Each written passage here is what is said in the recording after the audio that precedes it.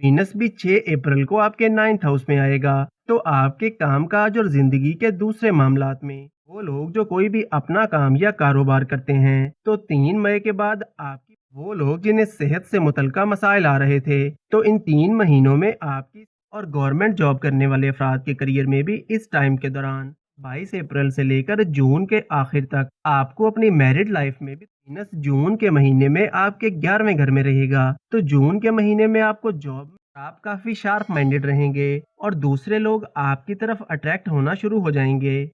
दोस्तों, आज की वीडियो आपके लिए बहुत ही खास होने वाली है, क्योंकि आज की वीडियो में हम जानेंगे कि आने वाले 90 दिन यानी अप्रैल, मई और जून का महीना आपके लिए कैसा रहेगा और आपकी जिंदगी में क्या तब्दीलियां आने जा रही हैं। तो कौन सी हैं वो बड़ी तब्दीलियां, जानने के लिए वीडियो के आखिर तक हमारे साथ बने रहिएगा।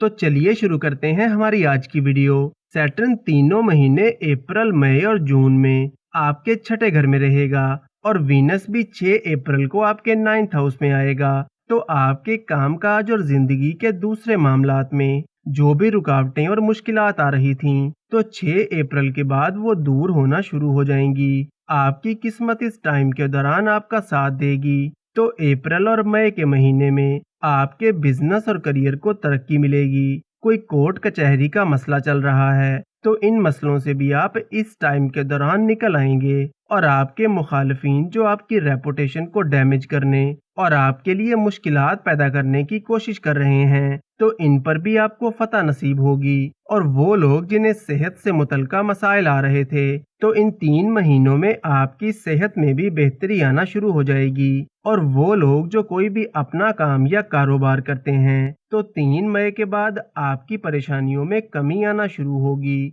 और आपकी इनकम में इजाफा होगा। आपके बुर्ज का हाकिम सियारा वीनस अप्रैल और मई का महीना आपके 8वें घर में रहेगा। तो इस टाइम के दौरान जल्दबाजी में कोई भी बड़ा फैसला ना करें, या कोई बड़ी इन्वेस्टमेंट करना चाहते हैं तो पहले अपना जायचा बनवाने या चेक करवाने के बाद करें। लेकिन जून का महीना कोई भी बड़ी इन्वेस्टमेंट करने या कोई भी बड़ा काम करने के लिए काफी अच्छा रहेगा, क्योंकि वीनस जून के महीने में आपके 11वें घर में रहेगा।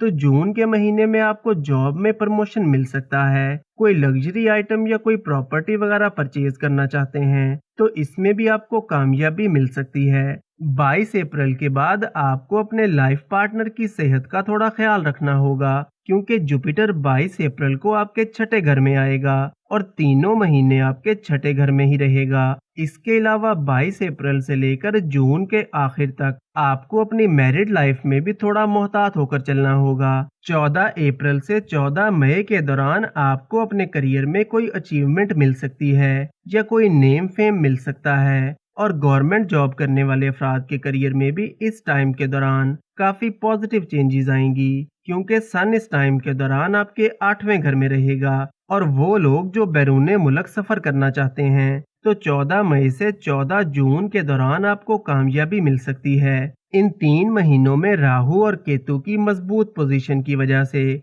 आपकी जहानत में इजाफा होगा और आप काफी शार्प माइंडेड रहेंगे और दूसरे लोग आपकी तरफ अट्रैक्ट होना शुरू हो जाएंगे।